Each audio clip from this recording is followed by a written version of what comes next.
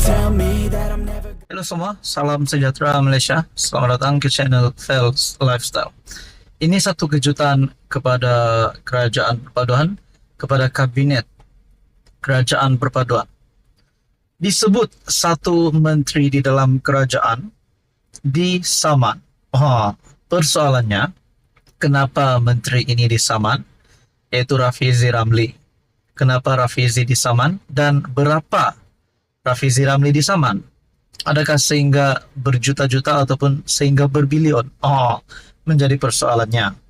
Satu artikel daripada Malaysia Kini bertarikh 16 Julai.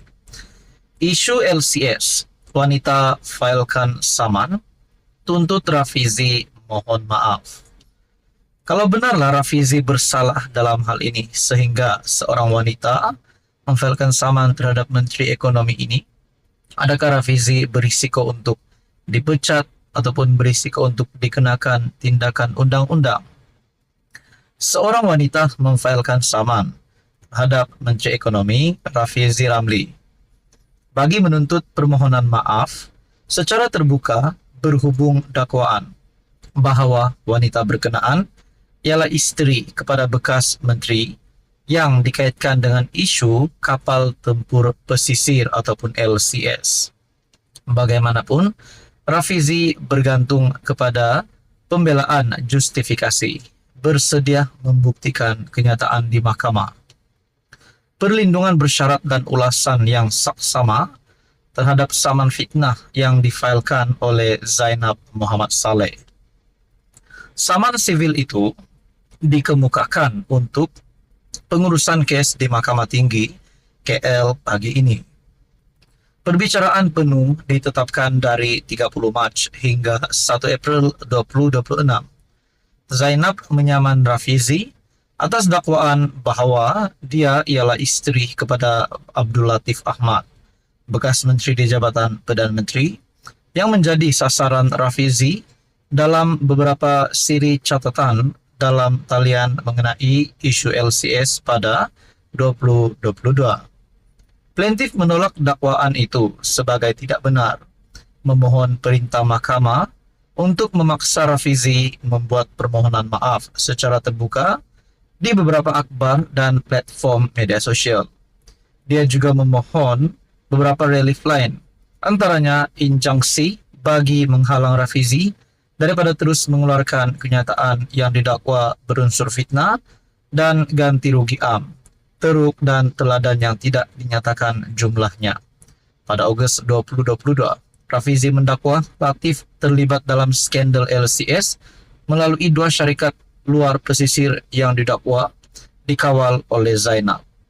Rafizi mendakwa maklumat mengenai status luar pesisir syarikat dan tentang Zainab pertama kali dibocorkan oleh pemberi maklumat yang terlibat dalam projek Panama Papers dan Paradise Papers. Untuk berita sepenuhnya Anda boleh lihat di dalam artikel Malaysia Kini. Apa komen Anda? Sekian saja, teruskan bersama di dalam channel ini. Halo semua, salam sejahtera Malaysia. Selamat datang ke channel Fels Lifestyle. Tuan-tuan dan puan-puan yang amat dihormati. Sebelum ini kita mendengar ada ahli parlimen, ada adun dan wakil rakyat yang berpaling tadah. Sebelum ini kita dengar wakil rakyat daripada pembangkang ataupun yang menjadi cerita ramai orang, iaitu 6 MP bersatu sebelum ini yang mengisytiharkan sokongan terhadap Anwar. Dan yang terkini kita mendengar pula adun yang sebelum ini, wakil rakyat daripada UMNO yang digantung keahliannya sah telah menyertai Parti PAS. Dalam satu artikel daripada Malaysia Kini, Adun Rembia masuk PAS. Sebelum ini Adun Rembia digantung keahliannya oleh Parti UMNO. Nah, apa yang saya boleh timbulkan persoalan di sini? Adakah pemimpin-pemimpin yang digantung, yang dipecat keahlian mereka daripada UMNO juga akan membuat ataupun melakukan tindakan seperti yang dilakukan Adun Rembia, yaitu menyertai PAS ataupun pembangkang? Persoalannya, beberapa nama besar di dalam UMNO, yaitu Hishamuddin Husin, dan juga KJ, Syaril Hamdan, dan mungkin Isham Jalil. Adakah beberapa nama besar ini juga akan melakukan tindakan yang sama dilakukan oleh Adun Rembia? Adun Rembia Muhammad Jailani Khamis kini sah menjadi ahli PAS. Perkara itu diumumkan Setiausaha Agung Parti berkenaan, Taqiyuddin Hasan, di Parlimen hari ini. Artikel bertarik pada 16 Julai. Menurut Taqiyuddin, penyertaan Jailani ke dalam PAS tidak akan menjejaskan kedudukan Adun terbabi. Hal itu karena, kata Taqiyuddin, Dewan Undangan Negeri Melaka belum lagi menguatkuasakan Undang-Undang Anti Lompat Parti semasa Jailani menyertai PAS. Untuk rekod, sebelum ini UMNO menggantung keahlian Jailani. Penyertaan tersebut menjadikan PAS kini mempunyai seorang wakil dalam DUN Melaka dan 3 kursi untuk pembangkang berbanding 2 sebelum ini. 2 lagi wakil PN dalam DUN Melaka ialah Muhammad Yadzil Yakub Bemban dan Muhammad Alif Yusuf Sungai Udang. Semasa mengumumkan penyertaan Jailani, Taqiyuddin berkata, Adun terbabit mengemukakan permohonan untuk menjadi ahli PAS pada 10 Jun 2023. Berkaitan dengan ini, saya nak menimbulkan satu persoalan ataupun satu isu. Selepas 6 wakil rakyat bersatu sebelum ini yang menyokong ataupun mengisytiharkan sokongan, makna kata mereka berpaling tada, mereka sokong kerajaan. Namun ramai yang menjangkakan jawatan dan kedudukan mereka sebagai ahli parlimen akan hilang, kursi mereka akan dikosongkan. Namun sesuai dengan keputusan speaker bahwa tidak ada sebab kursi mereka perlu dikosongkan.